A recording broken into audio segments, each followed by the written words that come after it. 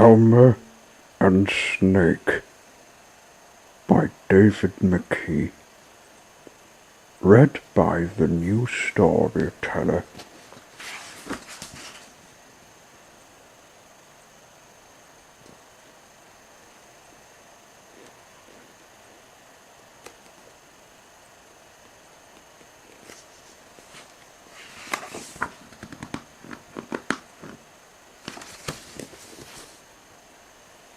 Elmer, the patchwork elephant, was thinking. He was thinking that it was a nice day for doing nothing. Nearby were two other elephants. "Look," whispered one. "Elmer is thinking up a trick to play on us. Let's play a trick on him instead." "What shall we do?" asked the other elephant. "I don't know. I can never think of tricks," said the first. "But Snake will know." Off they went to see Snake. "Hello, Snake," they said. "We want to play a trick on Elmer. What can we do?" Snake thought, then chuckled. "Tell him he's looking pale. Get him to lie down and rest. He'll see that that's not true," said one of the elephants. Snake snickered. "If it's repeated often enough, he'll believe it. You'll see."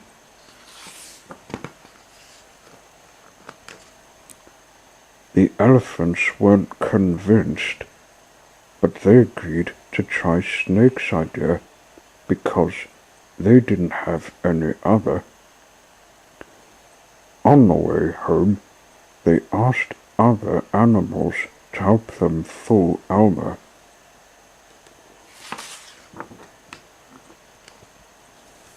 Meanwhile, Snake sneaked off and told Elmer the idea.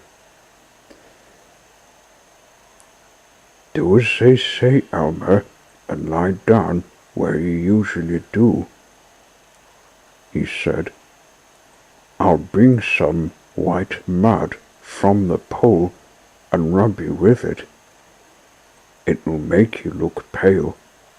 They want to trick you, but we'll trick them." "All right, Snake," said Elmer. "I feel like lying down and doing nothing. I'll have a walk first."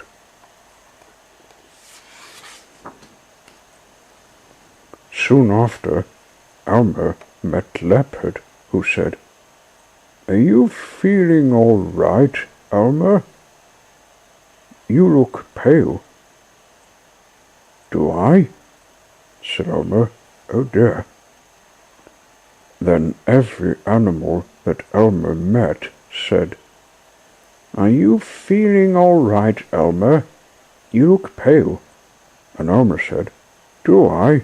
Oh dear."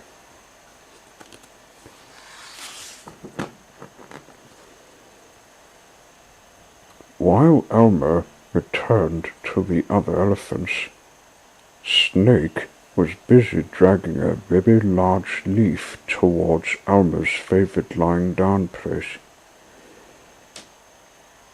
On the leaf was a pile of white mud.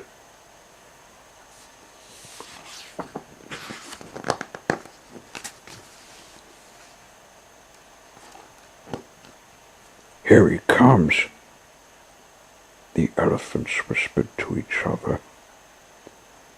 Then out loud they said, "Are you feeling all right, Elmer? You look pale. You should lie down and rest." Elmer just nodded and went to his usual place. It's working, chuckled the elephants.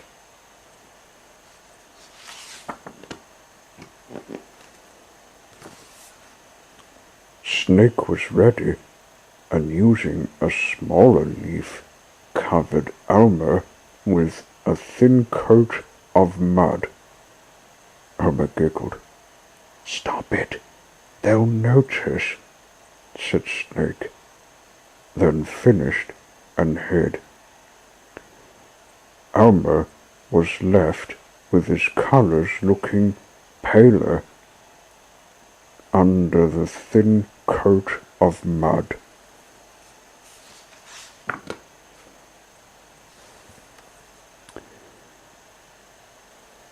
I'll go and peep at Elmer, said an elephant.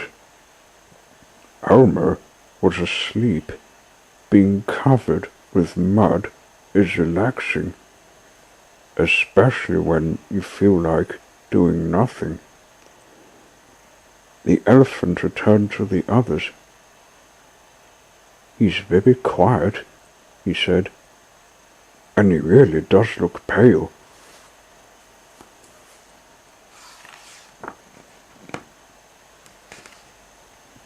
The elephants laughed.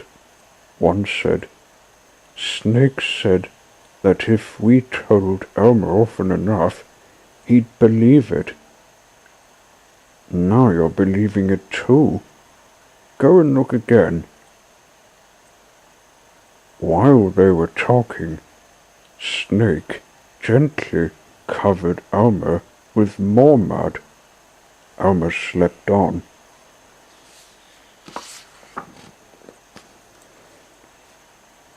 The elephant found Elmer paler than ever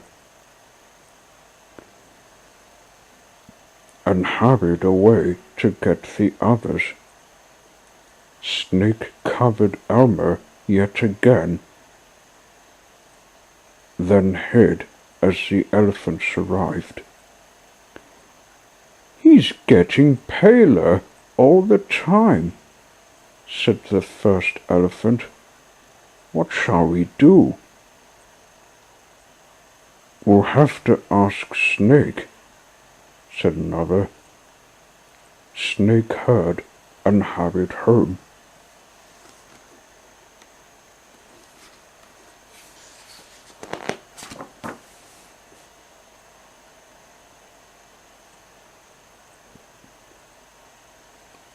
When the elephants arrived, Snake was waiting. He acted surprised. Believing you are ill can make you ill, he said. The way to cure Elmer is to tickle him. At first, the elephants were shocked, but Snake convinced them, and they hurried away to try the cure.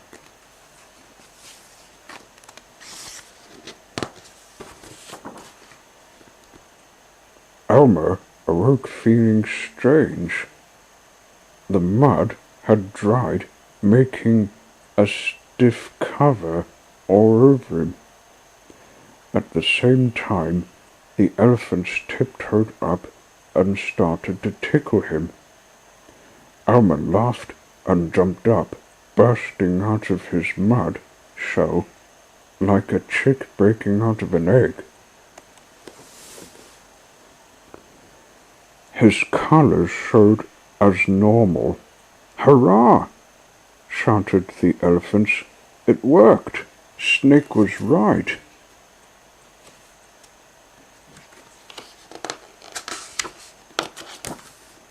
Elmer laughed. Snake? He's a crafty one. You thought you were tricking me, and I thought I was tricking you, and Snake tricked all of us. It's Snake we should tickle. But Snake, being sensible, had gone on holiday, so the elephants tickled each other and anyone else that was around until the jungle rocked with the sound of laughter. The end.